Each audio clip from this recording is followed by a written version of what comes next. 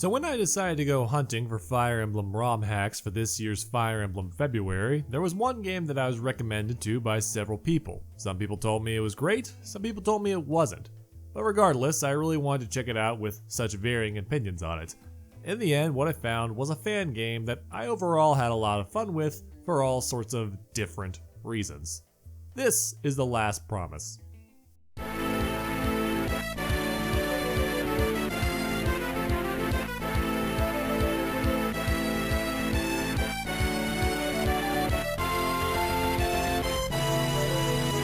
The Last Promise is a Fire Emblem ROM hack of Fire Emblem the Blazing Sword for the Game Boy Advance. It's an original story that was created by a user named Blazer and was released in chunks over the course of 2009 to 2013.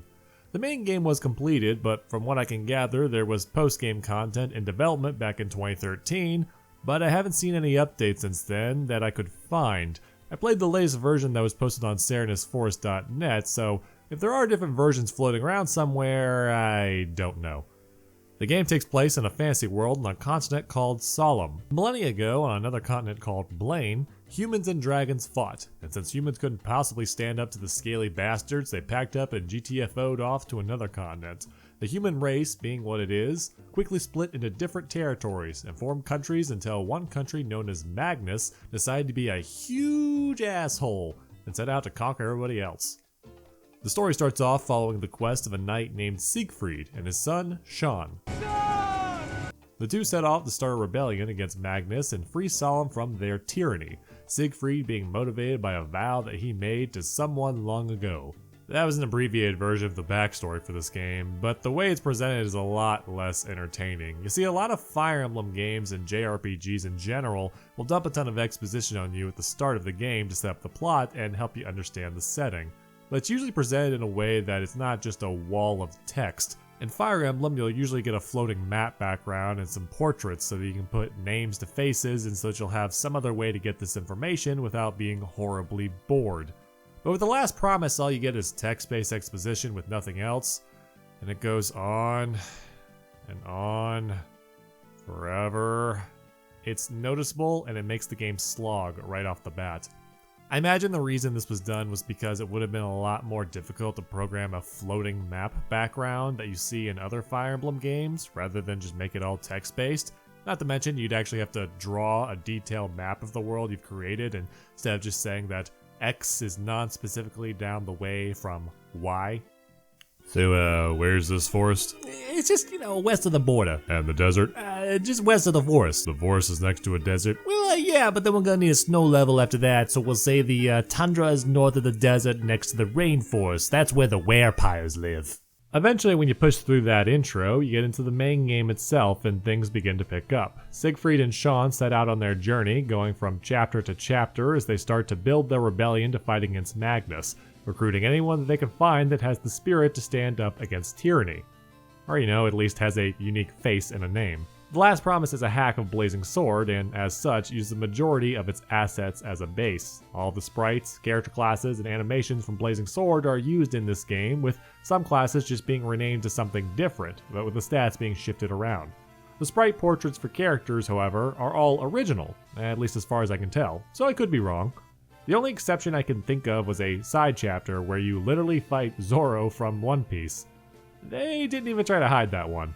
Still, even if most characters use generic unit sprites, the fact that everyone has unique sprite portraits was something that I really liked. It helped distance The Last Promise from the game it was based on. It was a lot easier to get involved in the story and the characters due to the fact that I was looking at people I'd only recently met, and not just someone who was like Lynn with red hair. There's also a ton of unique items that the creator made for this game that weren't in Blazing Sword that have special properties. Overall, there was a lot of stuff put into this game that helped it carve its own identity as a fan-made game, while using Blazing Sword as its foundation.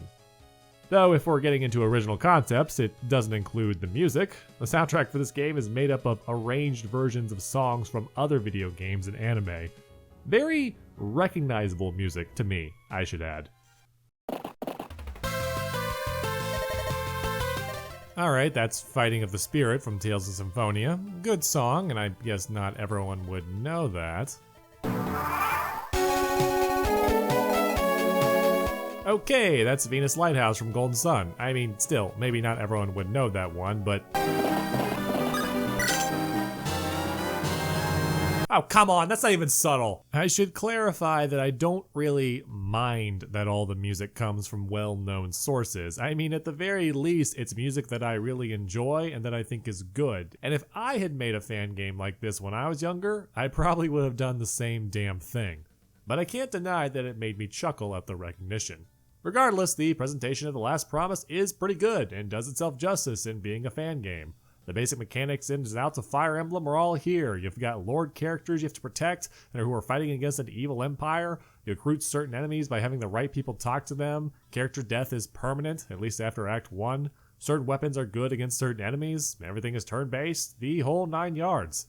There's even special bonus chapters available that have unique rewards at higher risk and can only be accessed through special requirements. And every character has a set of support conversations with specific other characters that help flesh out the personalities a little bit, in addition to giving combat bonuses from those bonds. The Last Promise does a good job emulating Fire Emblem in its presentation. It also does a good job in treating itself like a real game. The beginning of the game has a tutorial phase where it's trying to teach you mechanics and help you learn how the game plays. That's something that a lot of hacks I played this month didn't do. Hell, it's something that older Fire Emblem games didn't do. So in that area, The Last Promise won some points. Unfortunately, it also lost some points in some other places. The Last Promise has a lot of varied maps and scenarios throughout its story, but while some of them are interesting and fun, there's quite a few that are tedious and boring. If I had to think of the biggest thing The Last Promise lacked in terms of gameplay though, it was the lack of any sort of urgency in a majority of its levels. You see, in Fire Emblem there exists an age-old bread and butter strategy. It involves sticking units with strong defenses out in front of your army, and then having your hard-hitting units behind them so they get drawn in and then finish the enemy off. It's kind of like what the Spartans did in 300, but without the speedos, 9-packs, or gratuitous sex scenes. In the video game world, this is known as turtling, where you just sit safely with your defenses and fight off the enemy while slowly but surely advancing towards victory. Turtling is a viable strategy in games like Fire Emblem, and it's okay if the map forces you to do this every so often. But it becomes extremely boring when the game sort of encourages you to do this for every map. You see, in the mainstream of Fire Emblem, they get around this by putting optional objectives in stages that require you to risk your neck a little bit and pick up the pace if you want to get to them in time. Things like special items, weapons, or even characters you need to save or recruit before the enemy kills them or they just get bored and leave. The most common example of this is when you're on a map that contains treasure chests, and an enemy thief spawns in after a few turns. You then have to either beat him to the chest and get the loot first, or kill him so he can't rob you blind.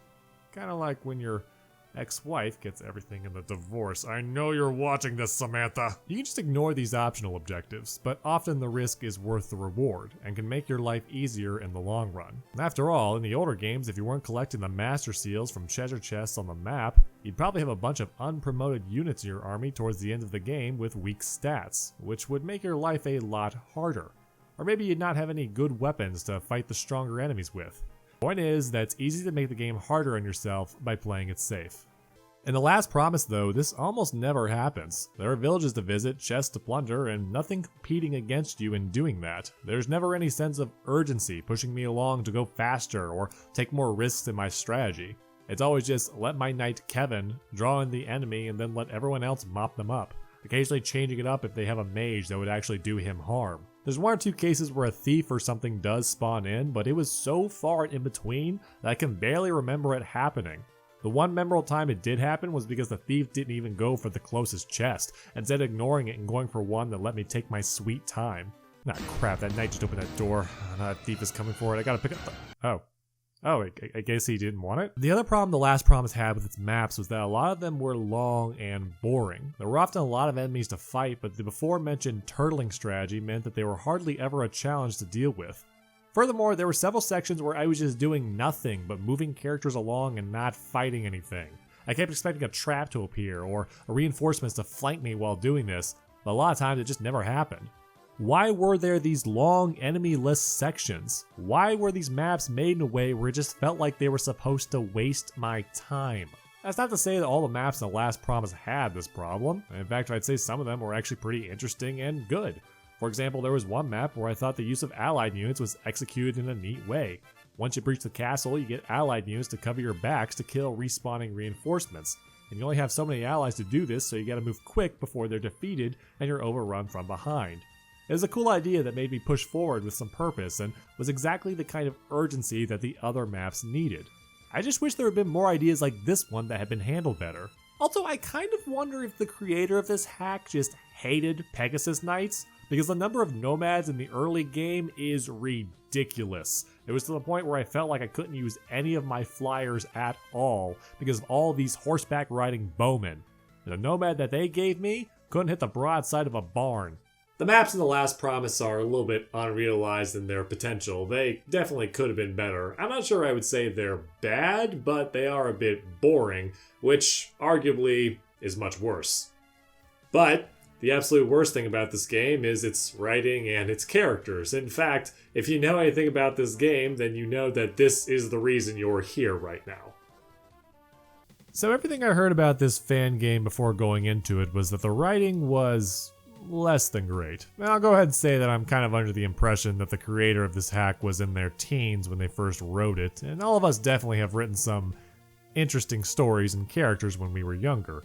For example, when I was a teenager, I was part of an online Legend of Zelda roleplay, and my original character was a dual-wielding, snarking badass who dressed in black and had white hair, red eyes, and his swords could catch on fire, but he could also detach them at the hilt and turn them into a Darth Maul-style double sword. And he also had a red scarf that let him turn into a werewolf, a werebear, a sea serpent, or a dragon, and he had a cool special item that he could use to give him temporary super speed and teleport, and then he got a legendary sword that gave him a cool armored super form, and he became a knight of Hyrule and got a hot Sheikah girlfriend. And anyway, the point I'm trying to make here is that I'm not trying to punch down. We've all written things in our youth that were cringeworthy. It's part of growing up as a writer, just not all of us posted it in the form of a fan fiction or a fan game online for the whole world to see.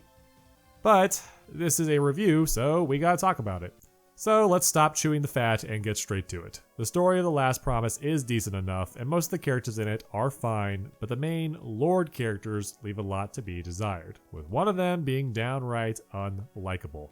The story of The Last Promise takes place from the point of view of three characters. Siegfried, who you started the game with and gets the rebellion rolling. Anakin. No, that's his name. And Kilik, the character that we're going to be talking about the most here. Siegfried and Anakin aren't too bad. Siegfried comes off a bit arrogant and cocky at the beginning of the game, but he mellows out after his plans don't quite go the way that he wants them to. Though there were some early game moments that made me a little uncomfortable around him, like how he acted like an old horn dog when the first cleric shows up and he can't stop talking about how pretty she is in every other line of dialogue. Yes, we need her to heal our wounds. Anakin is a weird character, not just because his name is horribly distracting for obvious reasons, but he joins the party and is said to be a main motivator for the army, giving words of encouragement to keep everybody fighting, which is the justification as to why he acts as the army's dancer/singer character in gameplay.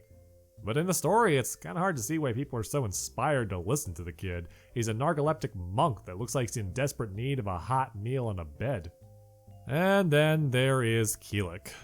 Kilik is a protagonist. In fact, I would dare say that after a certain point in the game, he is the protagonist, and he is the most unlikable bag of douche in the entire game. He first shows up in Chapter 2 as an allied unit, but doesn't join your army right away. When I first saw him, I thought, well, okay, this guy's just Shadow the Hedgehog as a human Fire Emblem character. I half expected Sonic the Hedgehog music to start playing at that point. Well, guess what happens later?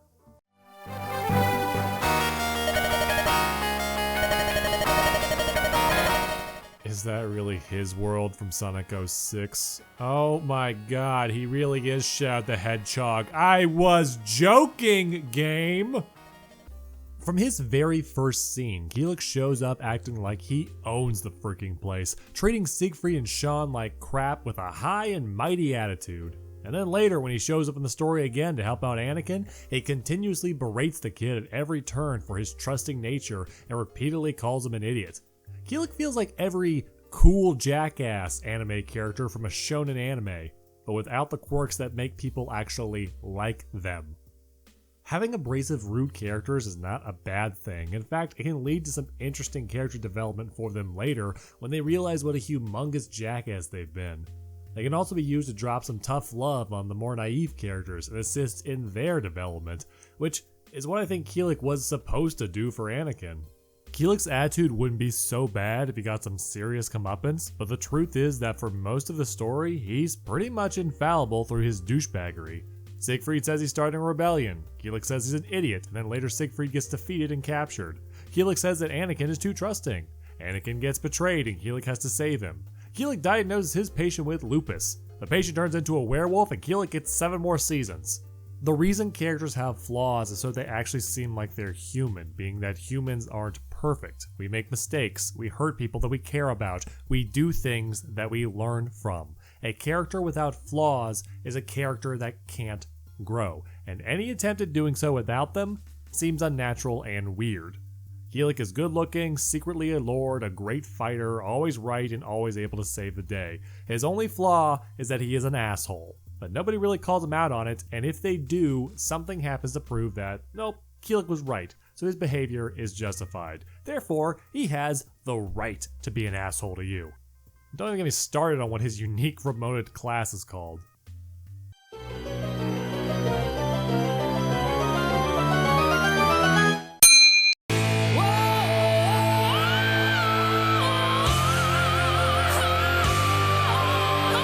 But in the interest of fairness, I will say this. There is an attempt to try and get him some character development late in the game. An assassin shows up who hands Keelik his ass immediately, and then Anakin steps in and saves him. From then on, Keelik starts to act like less of a douchebag. But, you know, I kind of get the feeling that watching a scene like this shouldn't be so cathartic. I mean, I feel like I shouldn't be watching one of my heroes almost die and smiling.